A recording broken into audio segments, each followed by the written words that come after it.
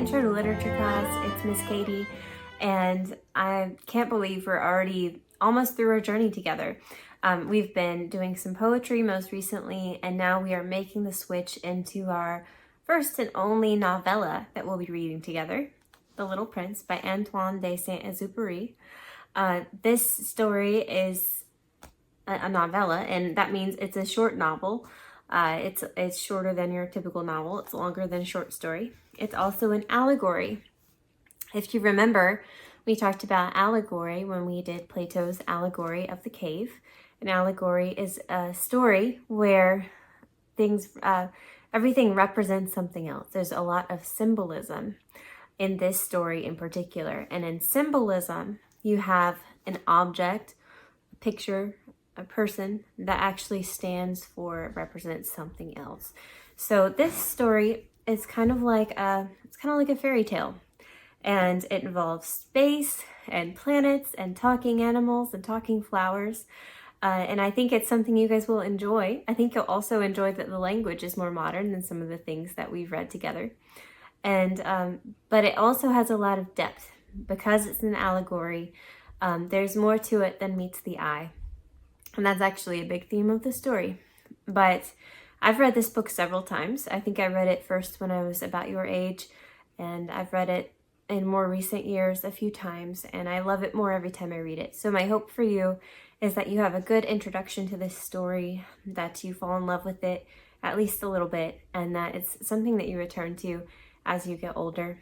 And parents, if you haven't read this before, I'd encourage you to grab a copy and read it as well. We will be reading it in its entirety in class and discussing it, but I think it'd be wonderful if you wanted to read this with students at home too.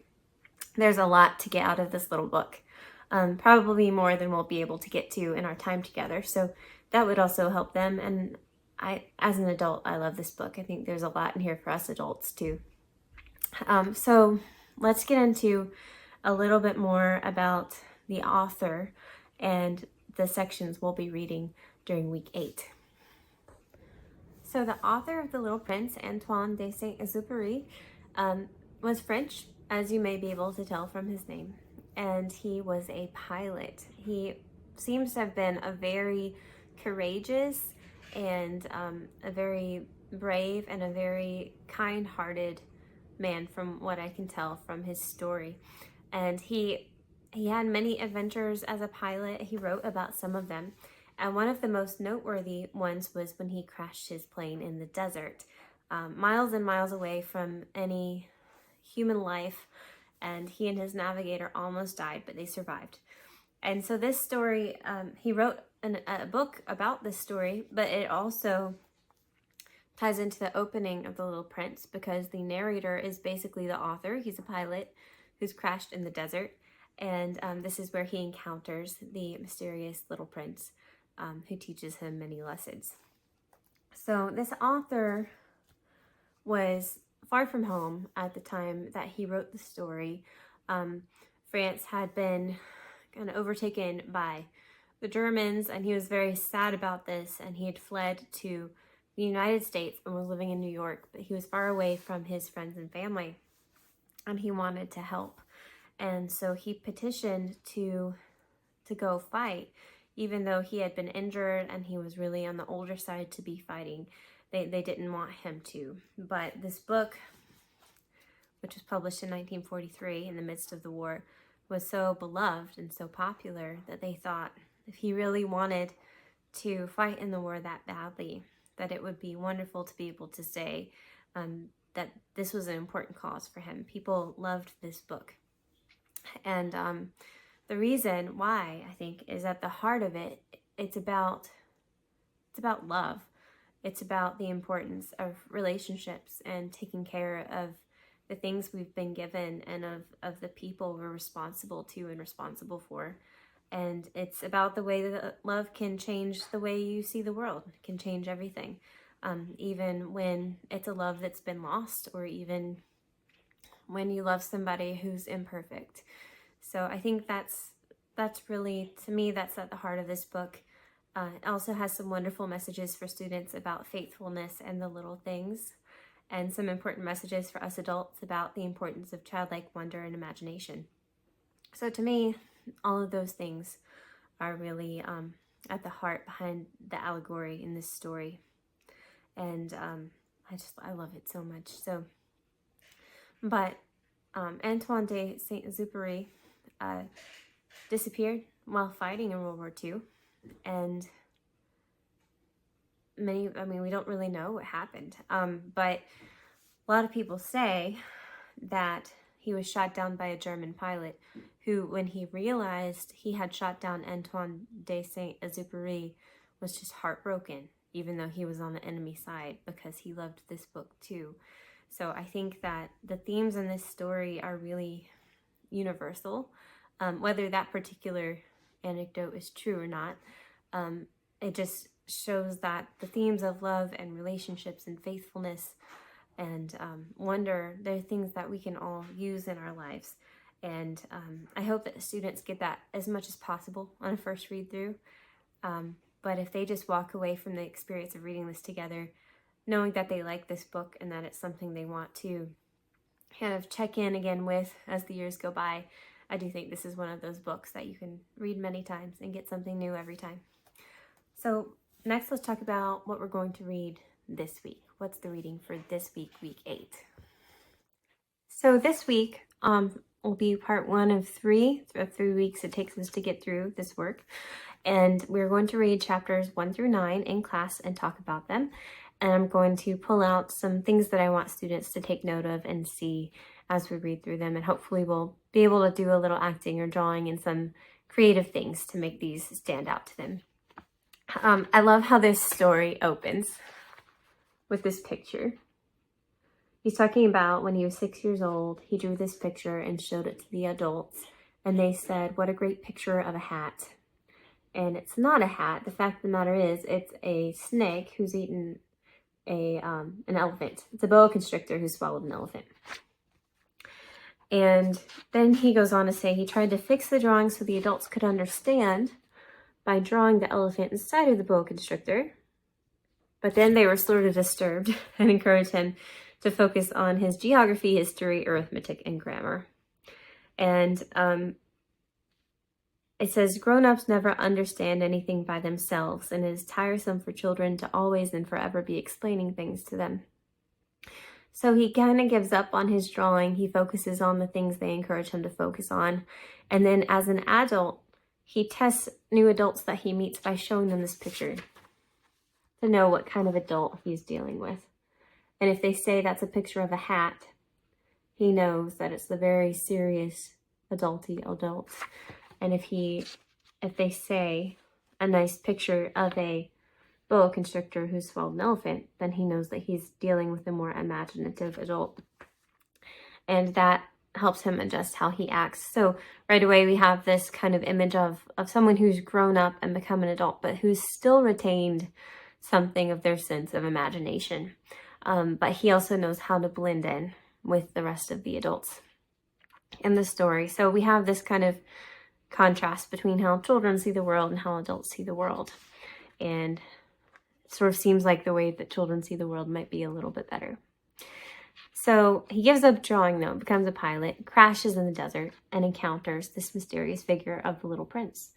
And the first thing the Little Prince asks him to do is something that he gave up doing when he was a child, which was drawing. And he asks him to draw him a sheep. And so the pilot decides he can't resist. He's so curious. This is so mysterious and strange to him. So he gives in and he draws this sheep, and this sheep, and this sheep, but none of them are right. The Little Prince has a very specific idea of what he wants. And so finally the pilot draws a box and says, "Your sheep is inside," which of course is a very imaginative response. And so the Little Prince looks at the box and says, "It's perfect. It's the perfect sheep." And is sort of watching the sheep through the box. So this whole interaction is all about the way that we see the world and the ability to, I guess, see things with a little bit more imagination and flexibility, and to not be so stuck in the ways that we think we ought to see things. So then we start learning a little bit more about the Little Prince. He lives on this small planet by himself. There's a little volcano a couple little volcanoes. And then the thing that he's most afraid of are the baobab little bushes that want to grow on his planet. And the pilot says, don't you know about baobab trees? They're not little bushes, they're big, they're huge. If you live on such a little planet, then surely you don't have baobab trees on your planet. And the little prince tells him that they're trying to grow there, but that every day he pulls them up and he tends to them so that they don't grow and take things over. Because his planet is so small that if you let that get out of control, it would look like this. And he says,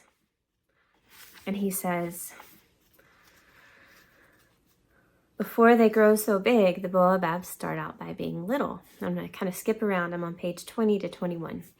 But seeds are invisible. They sleep deep in the heart of the earth's darkness until someone among them is seized with the desire to awaken. I'm skipping down a little bit. But when it is a bad plant, one must destroy it as soon as possible, the very first instant that one recognizes it.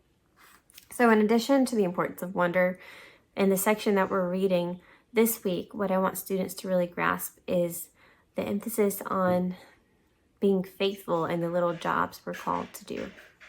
The little prince is the prince of his planet. He has dominion over it. He's responsible for everything that happens on it and for taking care of keeping it safe. And so every day he does this little but very important work of pulling up the growing baobab trees before they get big, before they take over everything. And there are a couple of things you can take from that. One, that bad habits are important to grab a hold of before they become part of us, before they take over. It's important to look at our own hearts and to grasp things that might be bad seeds before they grow. But then also, and I think this is something that kids can grasp more easily, the important work that we're called to do every day, the responsibilities that we have, which looks different for us as adults than it may for kids. But the little jobs that we have every day are actually very important jobs, that they tie into something more, something bigger. And we've been given certain responsibilities. And so like the little prince, we need to do them faithfully. And, talk to your kids about this. What are little jobs or responsibilities that they have? Do they help take care of a younger sibling sometimes? Do they have a pet that's their responsibility? Do they have chores around the home that they have to do for the sake of the family and home life? All of these things can be important in the bigger scheme of things, even though they may seem small and maybe not very exciting. And I also love that because even though the little prince has responsibilities, it doesn't take away his sense of wonder. In these chapters, we also learn that he loves beautiful things. He loves to look at the sunset. He has a very imaginative outlook on the world. He's very curious. He loves a mystery. And I think that as adults, that's an important reminder because sometimes we can get so caught up in the minutiae of our responsibilities that we can lose our sight on wonder. And for kids, it's important because they can be so caught up in wonder and in having fun and imagination that they can forget about their responsibilities. So if you're talking about this at home, that might be a good conversation to have. Anyway, so here he is every day faithfully digging. And we actually have this picture in student homework this week. I talked a little bit more about the importance of faithfulness and the small things right here. And then we will do memory work from the Little Prince in the next couple of weeks. But this week I pulled out some scripture that this part of the story reminded me of. Luke 16:10 through 11. If you are faithful in little things, you will be faithful in large ones. But if you are dishonest in little things, you will be dishonest with greater responsibilities. So this just comes back to the importance of being faithful. And later in the story, that will come in as we talk about love as a theme. Love is probably the main theme, that we need love, that we need relationships, that we need people and things to take care of. And that gives life meaning. So we kind of see this in this story. And then the last thing I want to touch on is the flower, because that also ties into that theme of our need for relationships and to take care of something. So Little Prince is all alone, and then one day a beautiful flower starts to grow, and often we call it the rose in the story. And she's the most beautiful thing he's ever seen, and he's very proud of her, and he wants to take care of her. But she's also not very kind to him. She's kind of mean and demanding, but he still takes care of her because she's his. She's his to take care of. So that also is something we'll be talking about. You know, when something is your responsibility or yours to love, then you're responsible for loving them well and for taking care of them well. And I love this quote. We're going to end here for today. If someone loves a flower of which just one single blossom grows in all the millions and millions of stars, it is enough to make him happy just to look at the stars.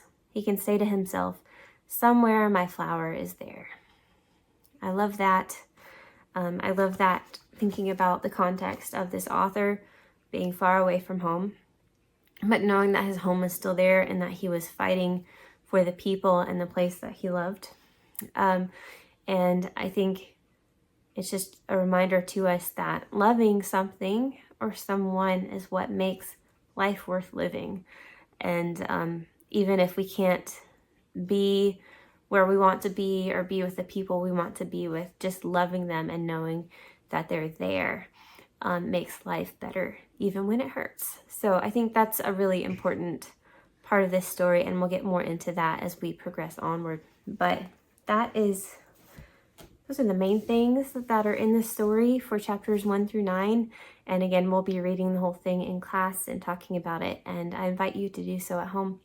Let me know if you have any questions this week, and I hope you enjoy starting The Little Prince.